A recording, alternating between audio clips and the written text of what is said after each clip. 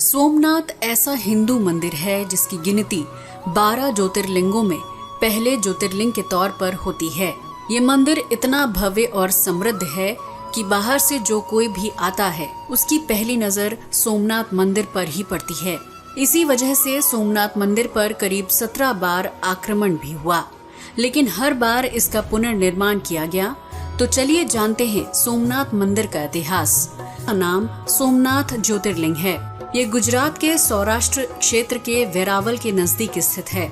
सोमनाथ मंदिर एक पवित्र तीर्थ स्थल है। कहते हैं कि यहाँ भगवान कृष्ण ने यदु वंश का संहार करने के बाद देह त्याग कर लिया। कहा जाता है कि इसे सबसे पहले सोमदेव ने बनवाया। उस समय ये सोने का था। इसके बाद द्वापर युग में जब श्री कृष्ण गुजरात जाकर बसे तब उन्होंने लकड़ी से इसका निर्माण कराया। आखिर में महाराजा भीमदेव ने इस मंदिर का पत्थरों से निर्माण करवाया। ज्योतिर्लिंग सोमनाथ का ज्योतिर्लिंग 12 ज्योतिर्लिंग में से एक माना जाता है।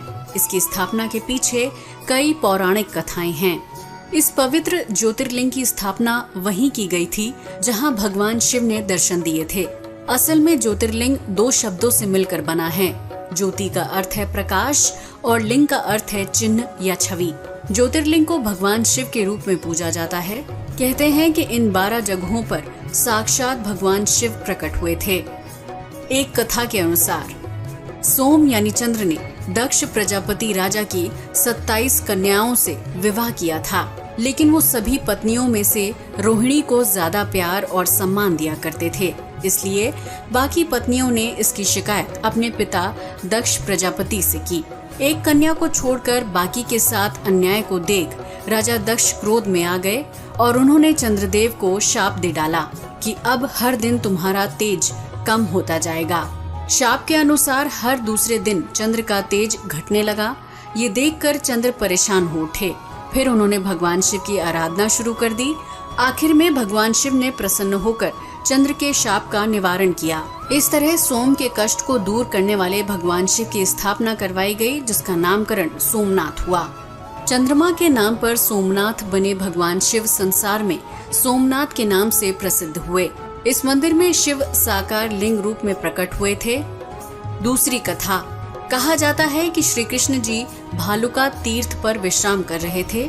तभी एक शिकारी ने उनके तलवे में बने पदचिन्ह को हिरण की आंख समझकर तीर मार दिया, जिसके बाद कृष्ण ने यहीं पर अपना देह त्याग दिया। इतिहास कहते हैं कि यहाँ एक मंदिर ईसा पूर्व से ही अस्तित्व में था, जबकि जिस जगह पर दूसरी बार मंदिर का पुनर्निर्माण हुआ वो 7वीं सदी में वल्लभी के मैत्रक राजाओं ने किया। इसके बाद सिंध के अरब गवर्नर अल जुनैद ने इसका विनाश किया। 1815 ईस्वी में इसका गुर्जर प्रतिहार राजा नागभट्ट द्वितीय ने तीसरी बार इसका निर्माण करवाया। बाद में इसे लाल पत्थरों से बनवाया गया, लेकिन सोमनाथ पर अल जुनैद द्वारा किए आक्रमण का कोई ऐतिहासिक सबूत नहीं मिलता। जबकि नागभट्ट द्वितीय इस तीर्थ स्थान के दर्शन करने सौराष्ट्र आए थे। कहा जाता है कि सोलंकी राजा मूलराज ने 997 ईस्वी में पहले मंदिर का निर्माण करवाया होगा, जबकि कुछ इतिहासकारों का कहना है कि सोलंकी राजा मूलराज ने कुछ पुराने मंदिरों का पुनर्निर्माण करवाया था। कहा जाता है कि कई बार यहाँ राज करने वाले बाहरी शासकों ने इस मंदिर को काफी क्षति पहुँचाई, लेकिन कुछ राजाओं ने मिलकर इस धार्मिक स्थल की मरम्मत करवाई। सोमनाथ मंदिर को 1024 में महमूद गजनवी ने बुरी तरह तहस नहस कर दिया। वो मंदिर से सोना, चांदी, हीरे जवाहरात लूटकर अपने देश वापस चला गया। बताया जाता है कि जब महमूद गजनवी उस शिवलिंग को नहीं तोड़ पाया तब उसने मंदिर के आसपास आग लगवा दी। उस वक्त सोमनाथ मंदिर में नीलमणि के 56 खंबे लगे थे, जिसमें हीरे मोती के अलावा अलग अलग तरह के रत्न जड़े थे, लेकिन बहुमूल्य रत्नों को लुटेरों ने लूट लिया और मंदिर को भी तहस नहस कर दिया। महमूद गजनवी के मंदिर लूटने के बाद राजा भीमदेव ने इस मंदिर की फिर से प्रतिष्ठा की। 1093 में सिद्धराज जयसिंह ने भी मंदिर की प्रतिष्ठा की और उसके पवित्रीकरण में पूरा सहयोग किया। 1168 में विजेश्वर कुमार पाल ने जब जैनाचार्य हेमचंद्र सरी के साथ सोमनाथ की यात्रा की तो उन्होंने भी मंदिर में काफी कुछ सुधार करवाए।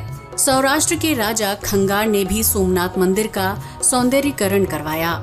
इस तरह जहां भारतीय राजा बार बार मंदिर का पुनर्निर्माण कराने में जुटे थे, वहीं मुसलमान शासक बार बार इसे नष्ट करने पर अड़े थे। अलाउद्दीन खिलजी ने 1297 ईस्वी में सोमनाथ मंदिर को ध्वस्त किया। उसके सेनापति नुसरत खां ने मंदिर को खूब लूटा।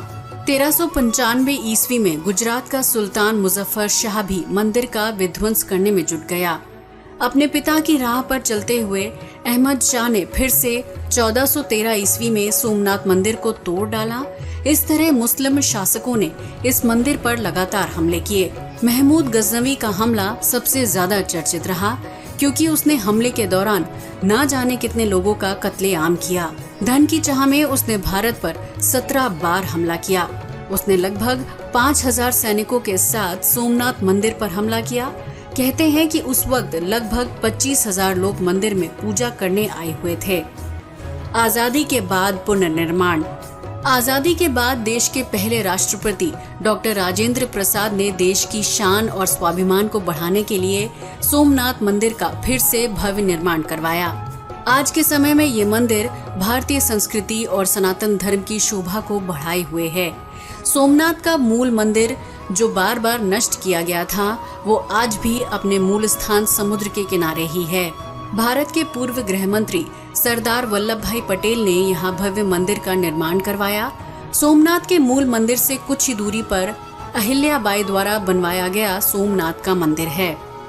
मंदिर की खासियत। मंदिर के भूगर्भ में सोमनाथ लिंग की स्थापना की गई है। इसके अलावा यहाँ पार्वती, सरस्वती, लक्ष्मी, गंगा और नंदी की भी मूर्तियाँ स्थापित हैं। भूमि के ऊपरी हिस्से में शिवलिंग से ऊपर अहिलेश्वर मूर्ति है।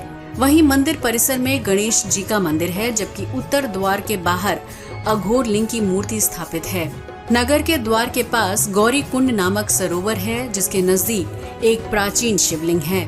तो दोस्तों, ये था सोमनाथ मंदिर का लंबा इतिहास, जिस पर मुस्लिम शासकों ने बार बार हमला कर सब कुछ तहस नहस कर दिया, लेकिन हिंदू शासकों ने मिलकर हर बार उसका पुनर्निर्माण करवाया। आज के लिए बस इतना ही। वीडियो अच्छा लगा हो तो इसे लाइक और शेयर करें, साथ ही चैनल को सब्सक्राइब भी करें। जय हिंद दोस्तों।